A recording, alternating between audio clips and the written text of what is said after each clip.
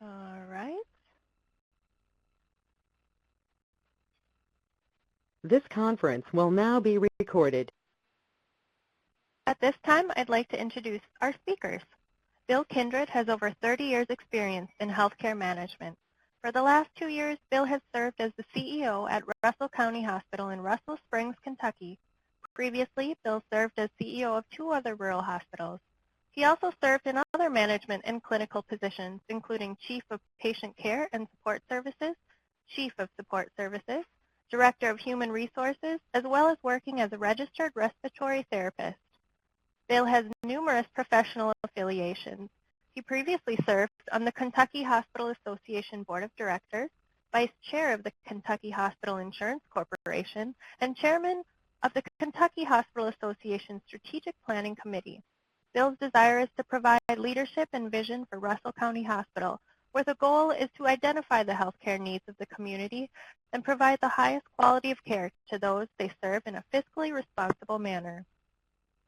Matt Mendes is a healthcare professional with over 20 years of executive and consulting experience. He has worked in a variety of settings, ranging from an academic medical center to a small community hospital within an integrated delivery system. Before joining Stroudwater, Matt consulted within the North Carolina Hospital Association, PricewaterhouseCoopers Healthcare Practice, on an independent basis. Matt also served as CEO and COO of 2 not-for-profit community hospitals, where he was responsible for strategy and overall operations prior to his consulting roles.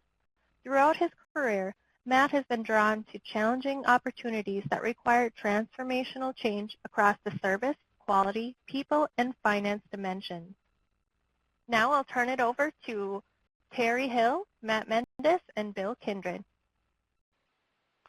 Thank you very much, Kim, and good afternoon, everyone.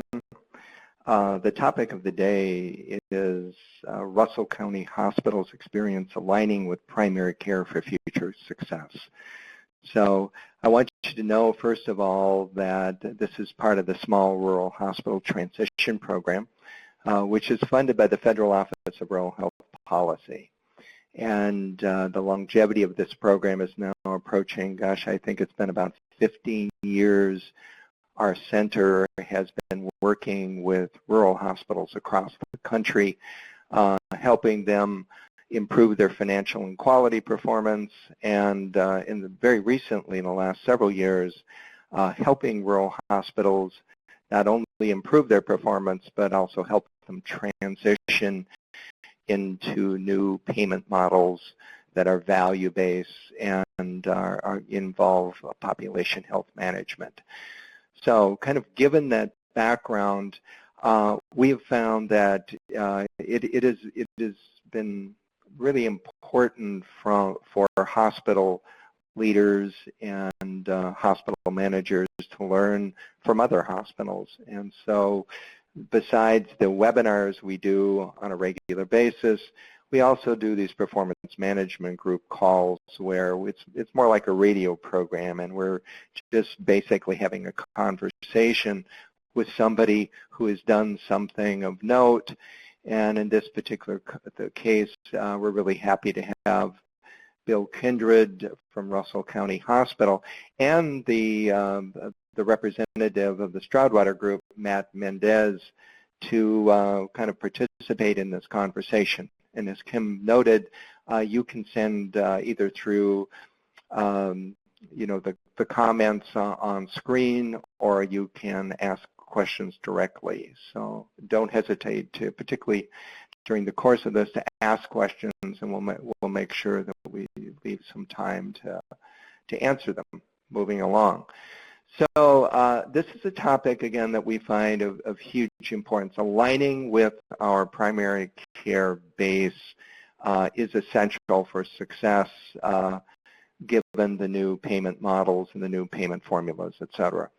So we're going to kind of profile what happened in Russell County Hospital and kind of what we've learned, and get some wisdom from Bill and Matt as to other hospitals, the lessons learned here, and how can we apply some of these lessons learned to our hospitals.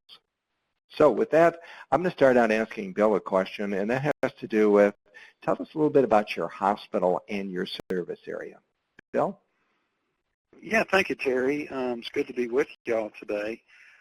Russell County Hospital is a critical access hospital which serves mainly Russell County, but we also venture into surrounding counties and actually draw some market share from those areas. The county has a population of about 17,000 residents, which that tends to pick up in the summertime because we have a very large tourist population. We have Lake Cumberland about 8 miles to our south, and it attracts people from Indiana, Ohio, Michigan. It's quite a attraction, beautiful lake, a lot of camping and other opportunities.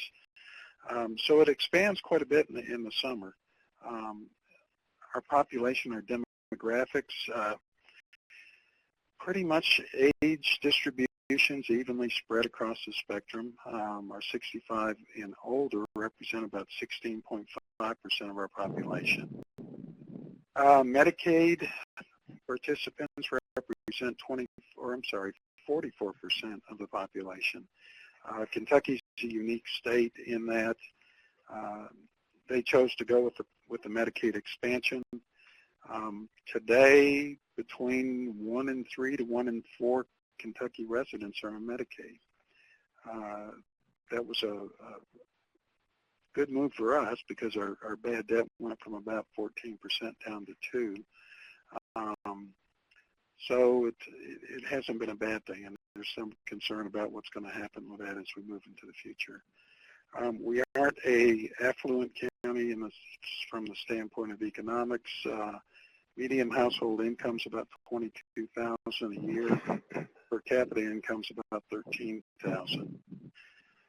Of our population, 24% are below the poverty line. 20% of families are below the poverty line, and 27% of age 65 and older are under the poverty line.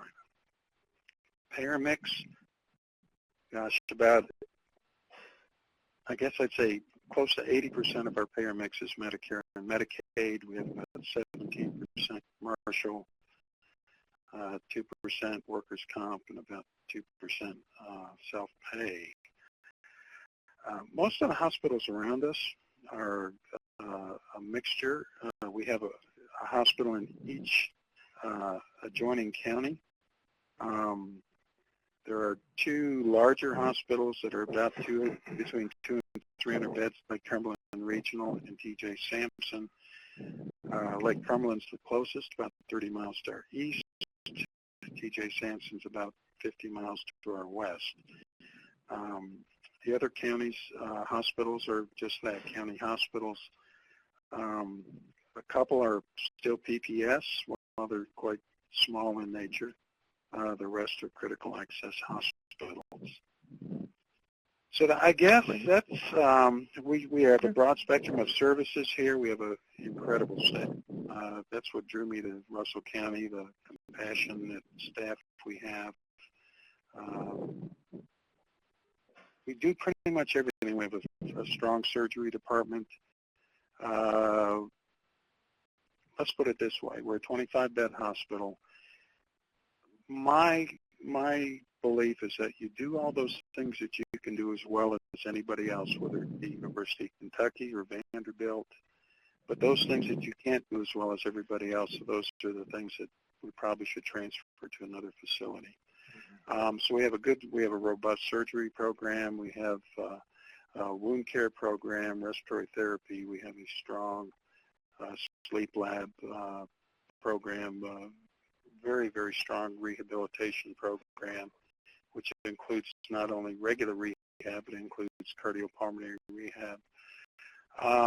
We have a very good rural health clinic, which we will talk about in a little bit about that's expanding. Very vibrant emergency room. And we'll talk about how our expansion of our primary care will help hopefully to move some of those patients that may not be emergent patients to another level of care. But it's a very strong hospital, very financially strong. We have at this time, the last board report I saw, we have 105 days cash on hand, which for critical access is pretty strong. I think the average in Kentucky is somewhere around 20. So just opened a brand new women's diagnostic center, which includes all those things you'd expect to find, mammo, ultrasound, DEXA, but we also do stereotactic breast biopsy.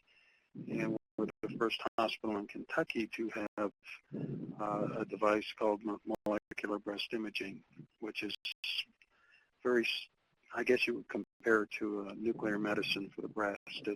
You inject a tracer and basically do a mammography study, the same views you would do in mammo, but the affinity for the tracer in tissue that is abnormal has a higher metabolic rate.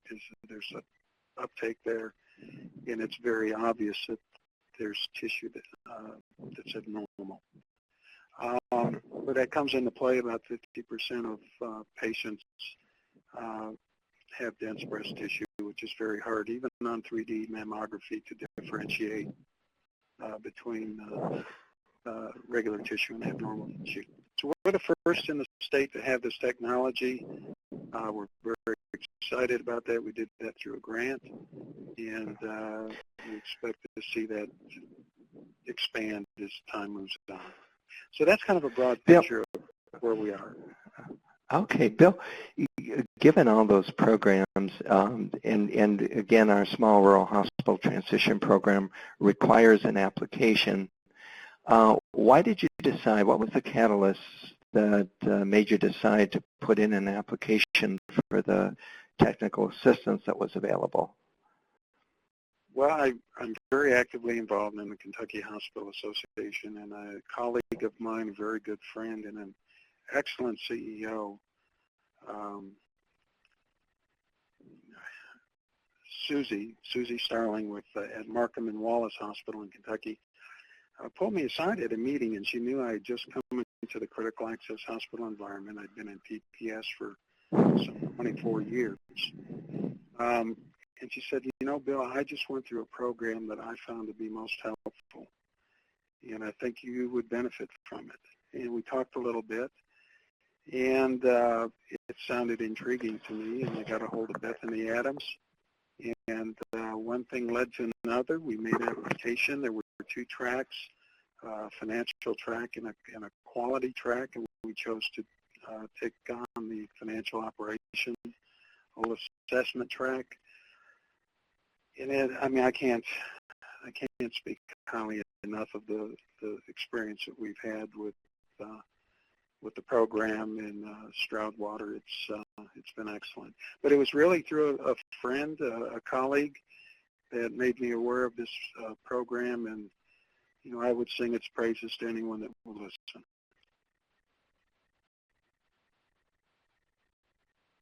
So one of the focus areas of this program is on population health and population health management. How did the on-site consultation build your awareness of population health?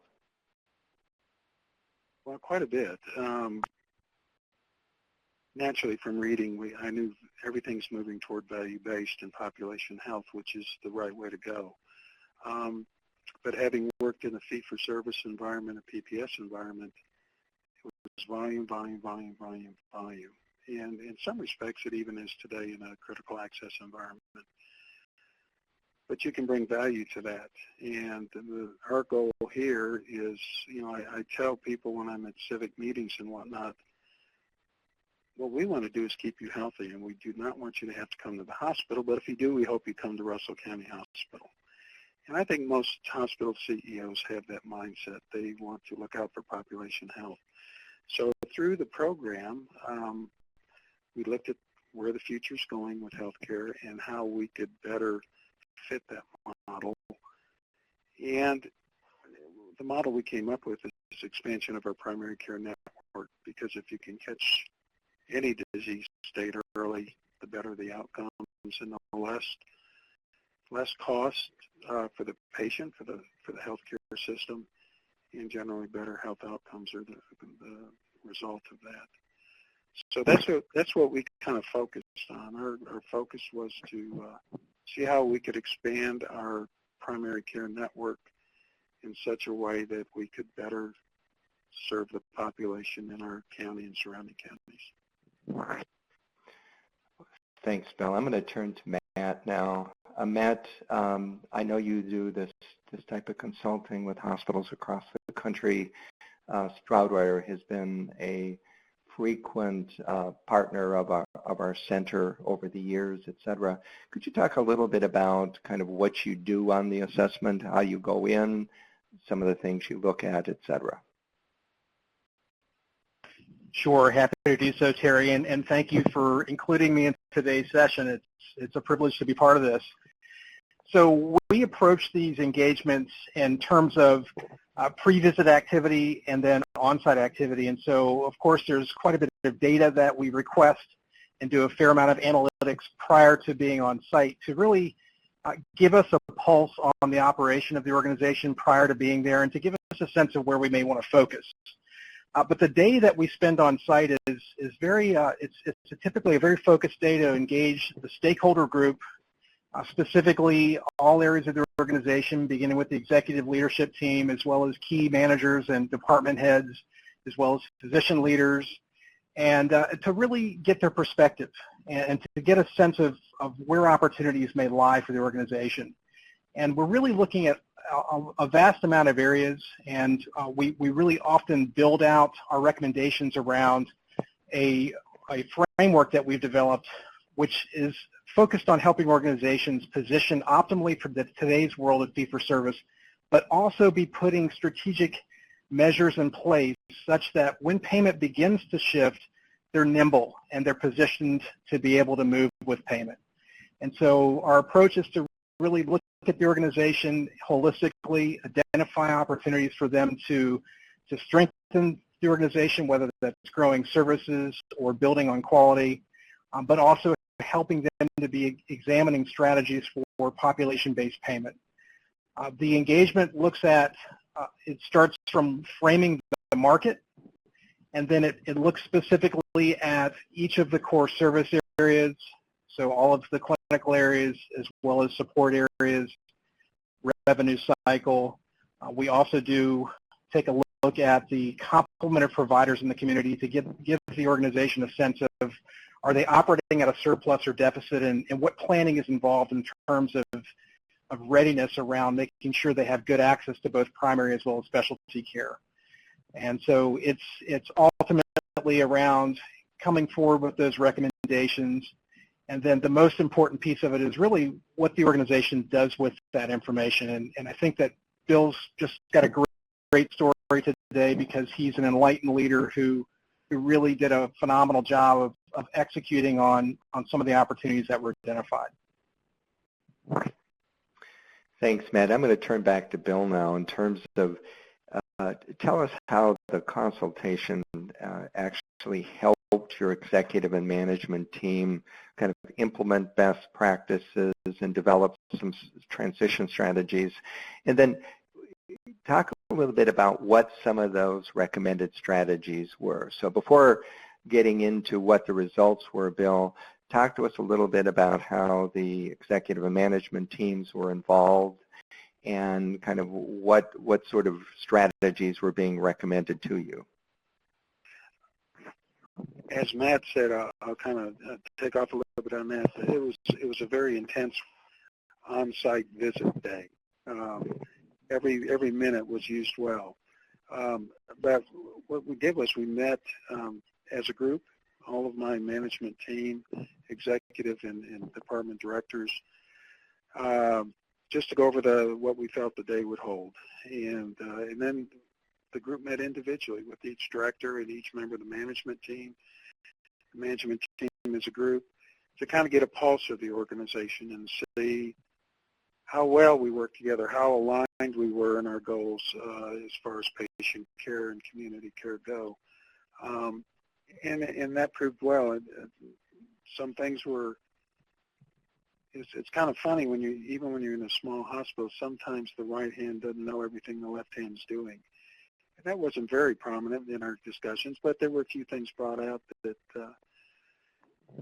helped us to be more cohesive. But as far as strategies, after we talked for several hours, there were several strategies that were identified.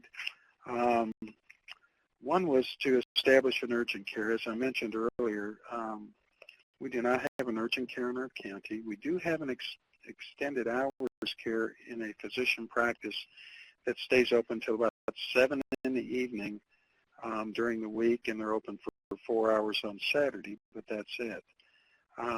So the emergency room tends to be the place individuals seek care, whether it's emergent or non-emergent, after normal physician clinic hours. We talked about expanding our primary care services in the area. And most of us that are in healthcare management realize that they're the lifeblood of the hospital. They're the ones that bring patients to our hospital. They're the ones that, if they're a good practitioner, attract specialists to the community because they know they're going to get the referrals from the primary care. And we're very fortunate in that regard that we have a good base of primary care physicians that support the hospital well, but also we have an active enough health community that many specialists are also attracted to come here on an interim basis. Another was to grow our surgery program and to increase the number of procedures. That has done very well. And let me go over the recommendations first, and I'll briefly touch on some of the results. Promote quality scores internally and in the community. I think one thing that we are starting to do now that maybe in the past we hadn't done as well is to toot our own horn in the community, and I think every hospital needs to do that. There's more ways to do that now with social media without having to stand up and sound boastful. But I think the community needs to know the good things you're doing and the good quality care you provide. Growing our swing bed and inpatient services, we've had luck with that. That was an identified goal, and to grow ancillary services as well. Optimize the 340B program, which we are doing through a specialty drug program, and also expanding our indigent program with 340B.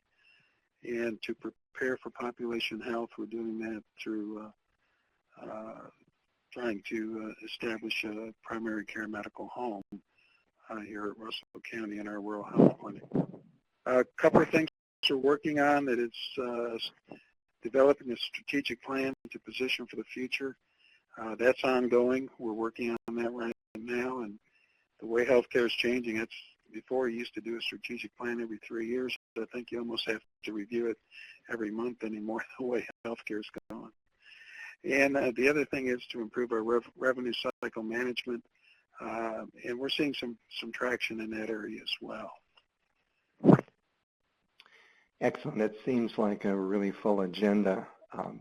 Matt, I know that in the process that we use in our small rural hospital transition program, we generally have 2 visits from the consultants, the initial one on site, and I've been a part of both of these, and they're really pretty intense. As Bill said, that's pretty typical of I think the entire hospital kind of taking a close look at itself, et cetera.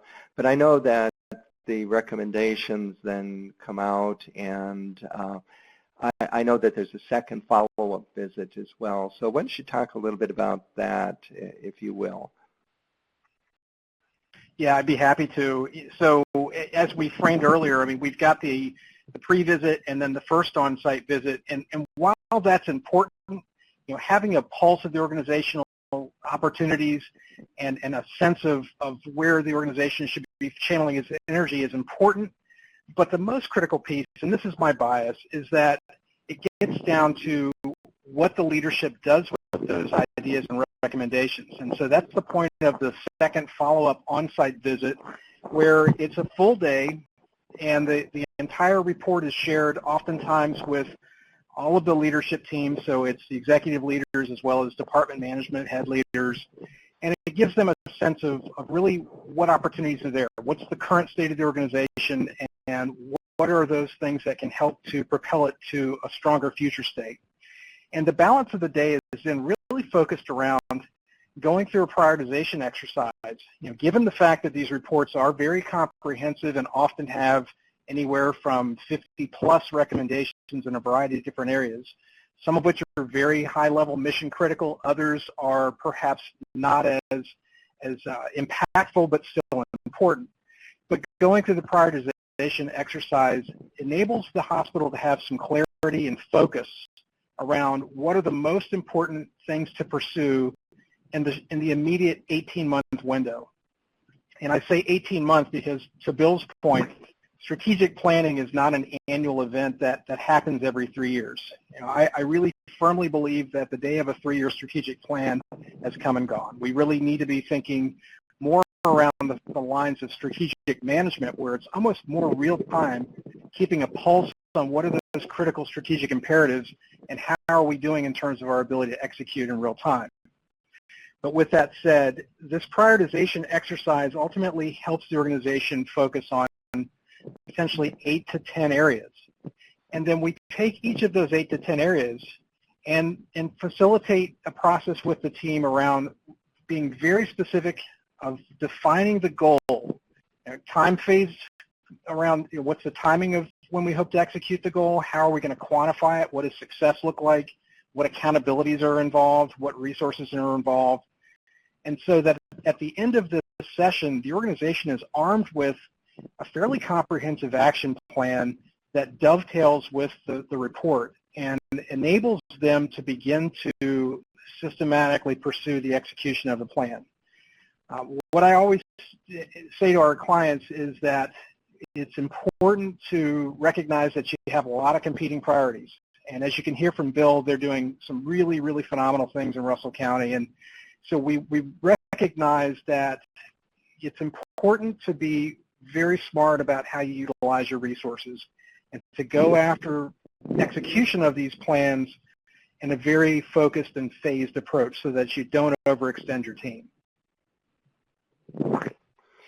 Yeah, that's really well said, Matt. That in essence, what you're saying, I hear you saying that it has to be realistic. It has to be, you could come up with 20 different things they could improve on, but given the experience that you have working with rural hospitals, and I know throughout the life of this program, we're really looking at what is relevant here and what is the highest priorities and what can the leader, Bill and his staff and his management and leadership team actually commit themselves to.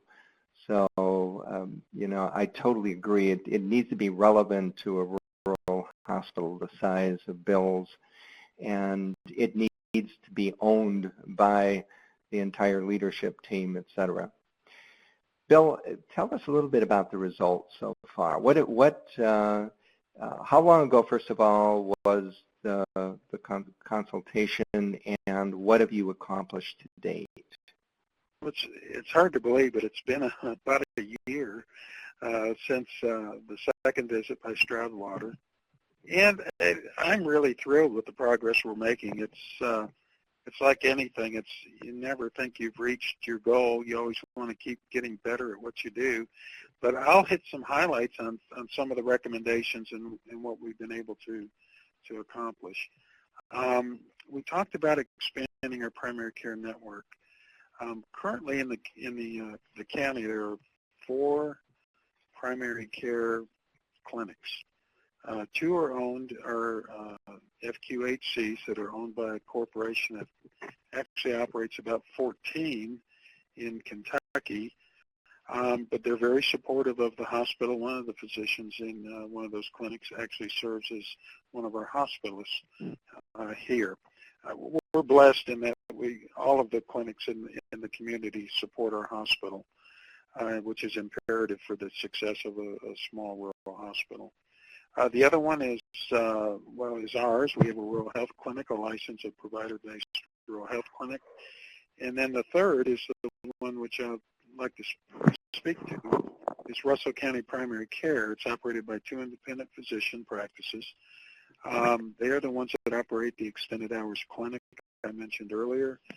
Right now we are drawing up the documents to acquire their practices. We had a Stroudwater did a very, very good analysis of the feasibility to acquire that practice. And the bottom line was it showed we would increase our net revenue by about $600,000 a year, which is a good thing. And that's licensing them as a second rural health clinic, which we are currently in the process of doing. But the thing is that I like about it, what I want to do is to expand the extended hours to where they'll be open initially till 11 or 12 o'clock in the evening, 12 hours on Saturday, and maybe 4 or 5 hours on Sunday from 1 to 5 or 6. Not only to lighten the load in our emergency room, but to have that primary care available for the community. One little jewel that I found in talking this through with my staff and expanding primary care, and I don't know how many hospitals are doing this, but we did a study and it showed that about 25 to 30% of our patients that present at our emergency room say they do not have a primary care physician, which, if you're looking at community health, that's a big issue. They wait till they get so sick they have to come to the emergency room. So what we started a program to identify those patients, because most emergency rooms say if you aren't better in 2 or 3 days, please follow up with your primary care physician. We call those patients the next day and ask them how they're doing, but also invite them to make an appointment with our rural health clinic and try to establish a relationship so those individuals will have a primary care provider and they can get their care on a regular basis and hopefully good preventive care rather than wait until it becomes a point where they have to present at the emergency room. We found that to be very successful in not only growing our primary care clinic, but I think improving the health status of the community. So that's a little nugget that, I mean, it's one of those little things that come out of the work you do trying to accomplish these goals. And if other hospitals aren't doing that, I would highly recommend trying that because it's good for everybody. So we're looking to acquire that practice and expand our primary care network. From the surgery program growing that, one day, and a hospital CEO hates when this happens, the one and only surgeon we had walked in my office and said that he's decided to relocate.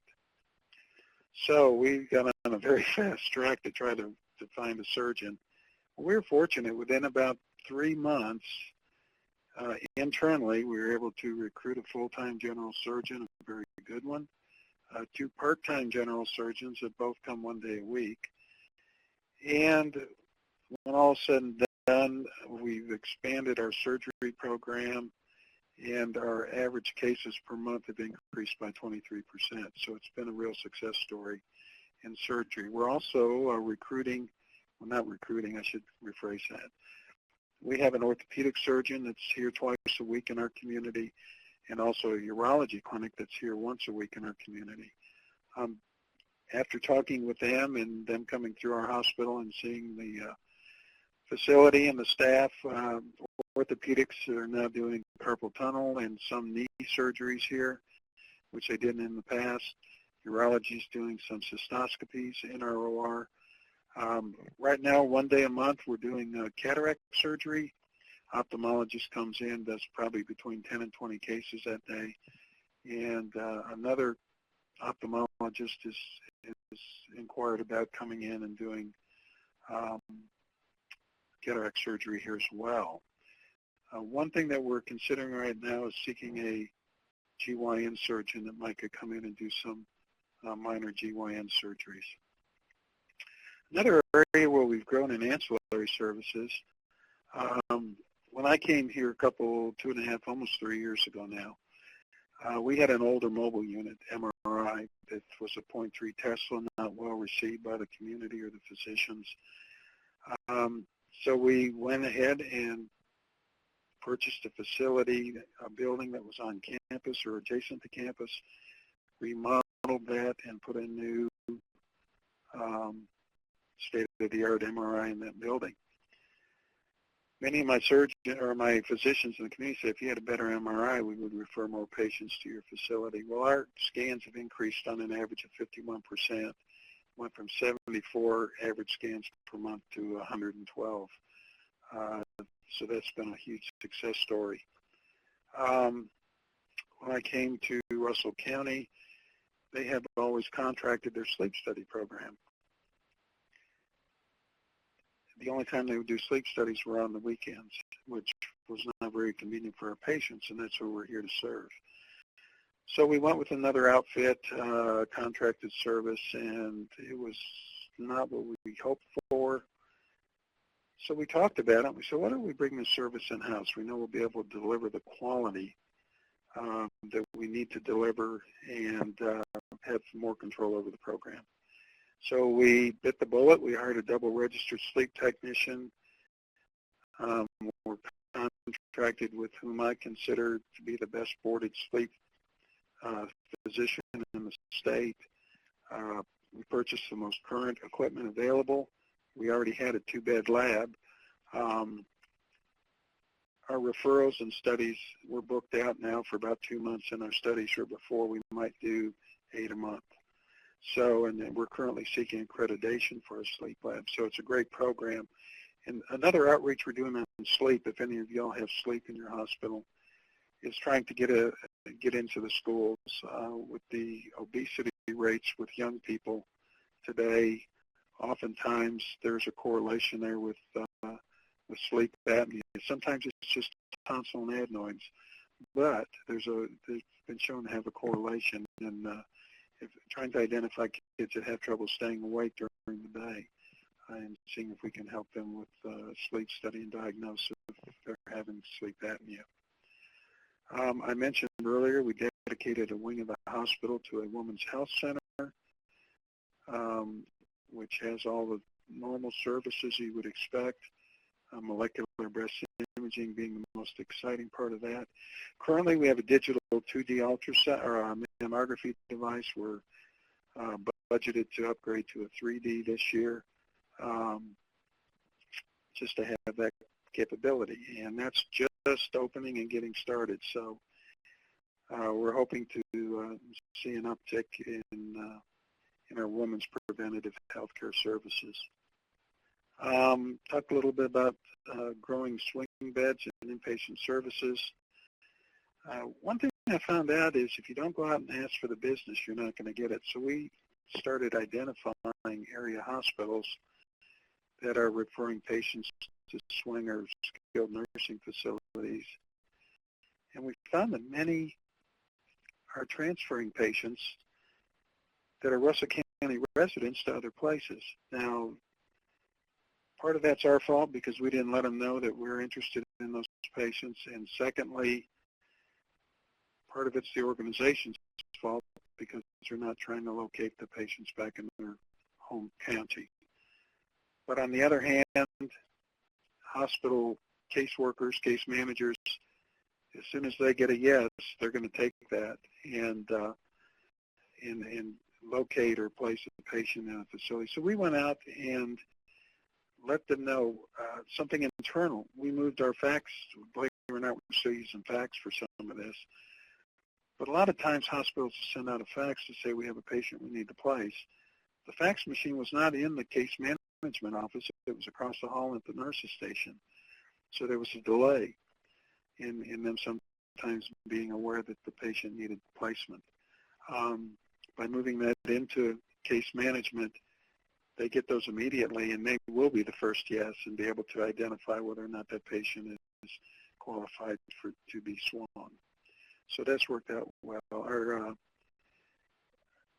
Our average daily census has increased from 2 patients to 6 patients in just the last year.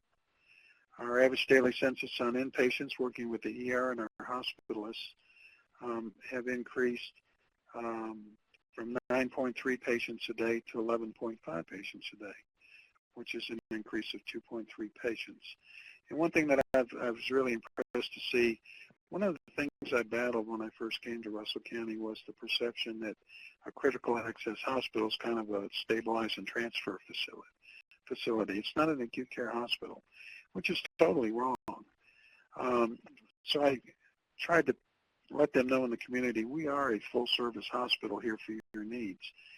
And working with Stroud Water and identifying some of these things, our case mix index went from 0.905 to 1.01. That may not sound like a lot, but believe me, that's a hard needle to move, and it shows we're taking more patients with higher acuity and keeping them here and caring for them.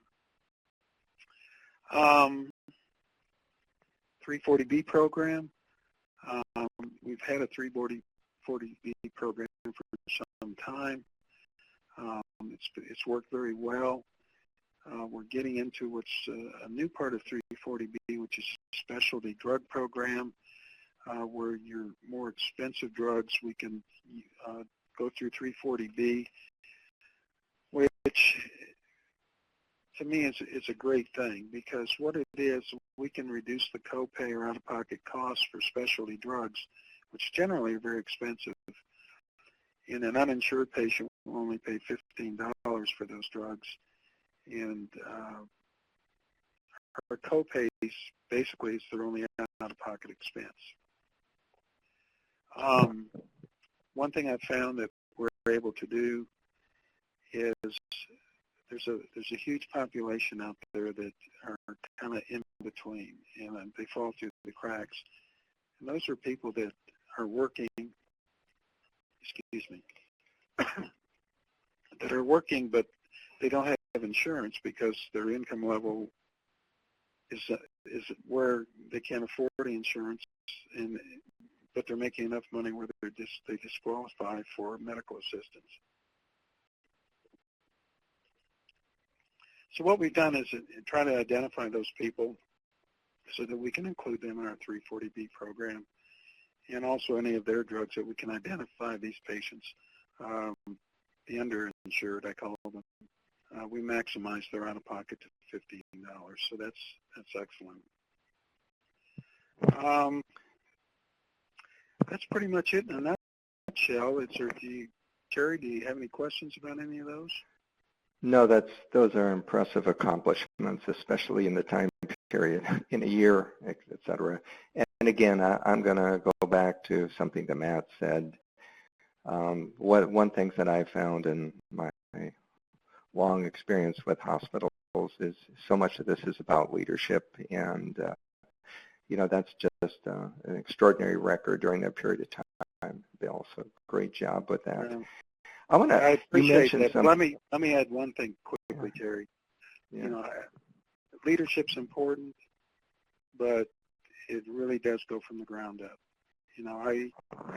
My housekeeper is just as important as my physicians to me, and they know that. And unless you have buy-in with your organization, no matter what you do, all the leadership in the world won't help. So while I appreciate your kind words, I really have to more than share that with our staff. Thanks, Bill. And again, what you're talking about here is culture, and That what I've also found is that the great leaders don't take a lot of bows.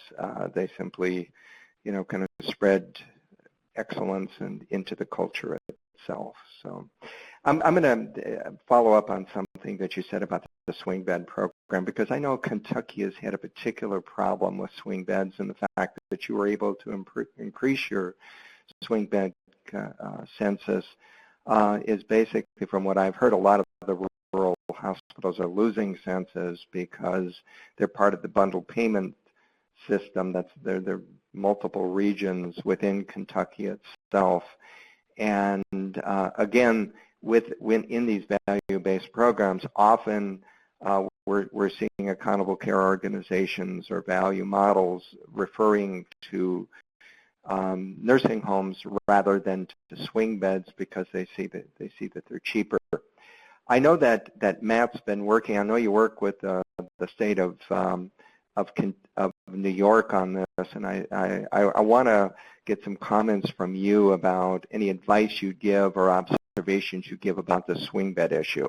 In other words, how can we establish the value of our swing beds so that we'll get referrals from the bundled payment organizations and from the accountable care organizations? Matt? Thank you, Terry. Great question. And of course, in terms of bundled payment, I guess it's a wait and see, since we've learned about the potential suspension/cancellation and what the downstream impact will be. But as it relates to the swing bed program, I mean, our view is that it is of key strategic importance for critical access hospitals to really promote and grow those services. I think Bill really outlined why they're so vital.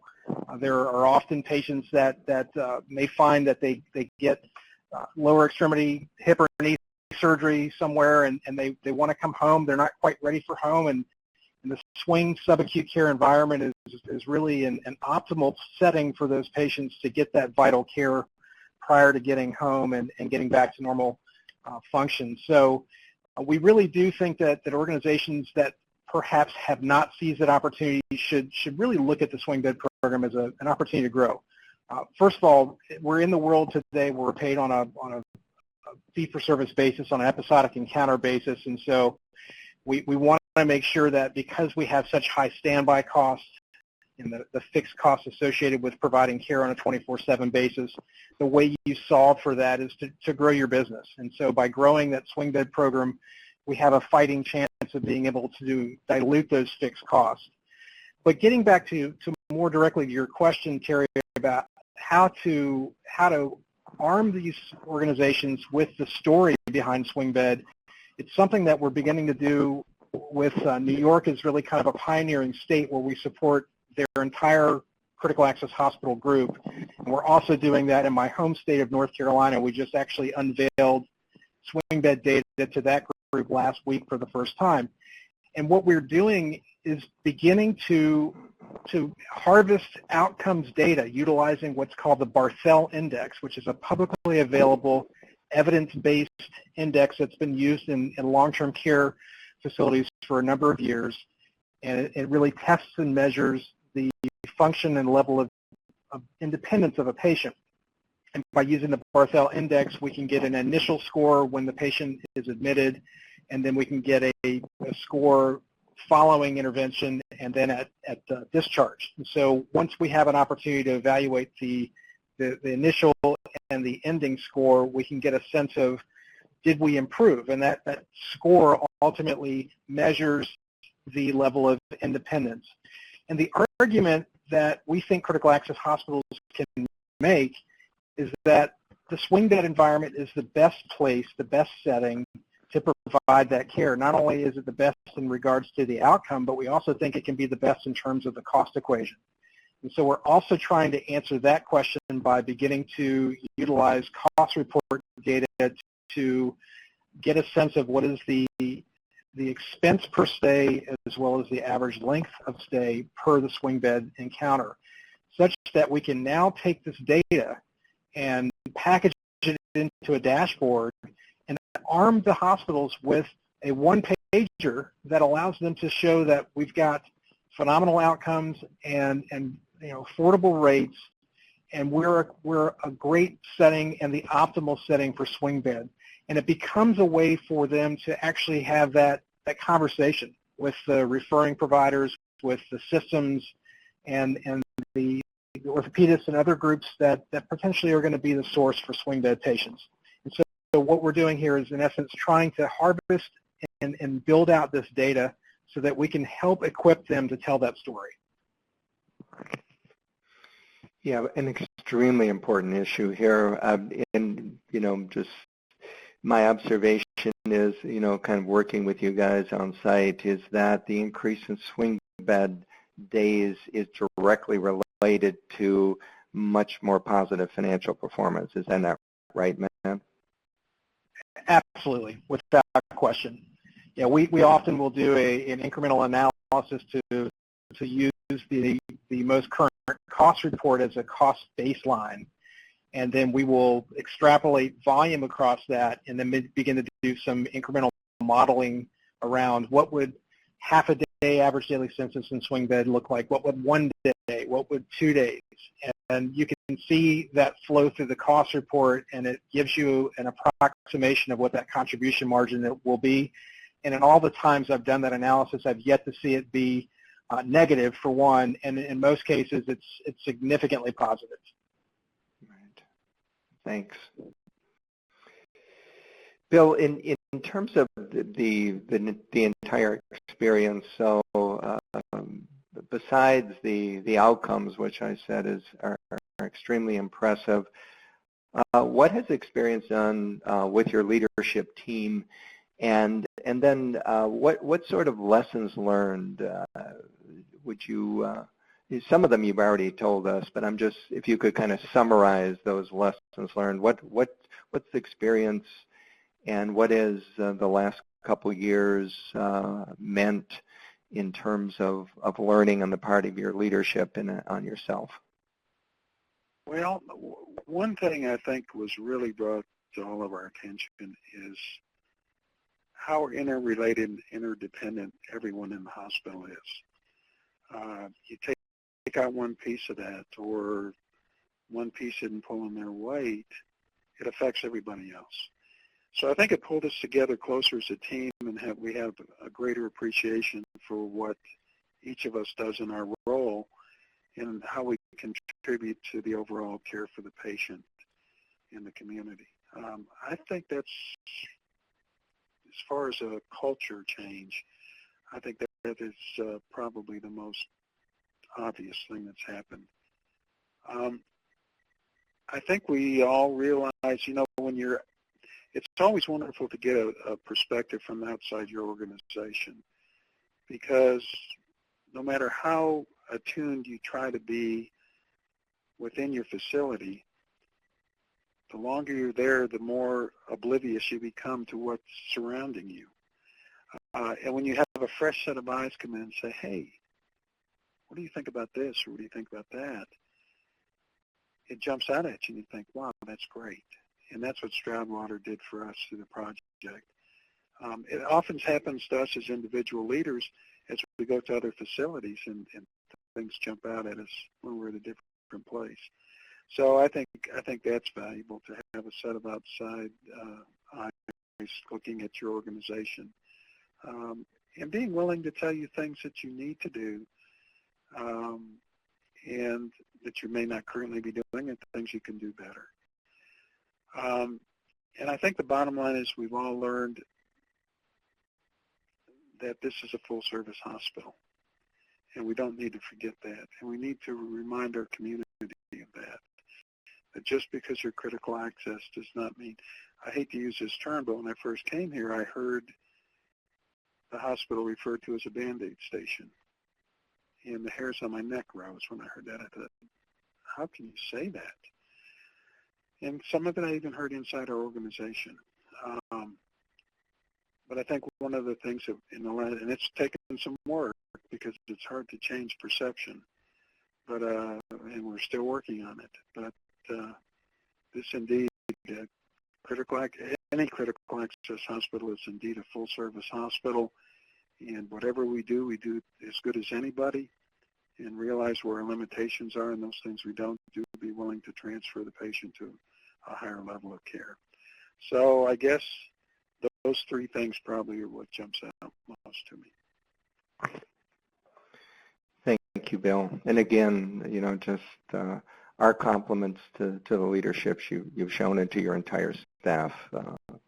The kind of service and care you provide to the citizens of your area. Those of us that have been in rural health a great deal recognize the personalized touch and that you can get a whole lot in rural hospitals that you're not going to be getting in the big urban centers. So absolutely, we totally acknowledge that.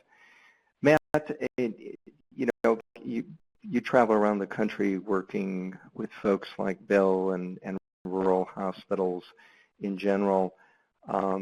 Kind of any final comments, your observation of this particular experience or anything else you'd want to share with the audience? Sure. Happy to, Terry. Thank you. I guess one thing I would like to begin with by saying is, and I appreciate Bill, having the willingness to invite us in and be receptive to outside eyes coming in. And sometimes that can be difficult. And I think Bill recognized it as a really great learning opportunity. And we found that his entire team was the same way, that they really were open to the idea of learning and improving the organization, because at the end of the day, they knew that it was going to allow them to better serve their community. I think that what I would also share is that we have the privilege of getting to travel across the country, and every time we visit a community in a hospital, it's a learning opportunity for us. And so I really enjoy getting to work with folks like Bill and Russell County and to learn what are those fantastic things that they've embedded in their organization. And I think that the call out that I would say, and it's one of my 5 critical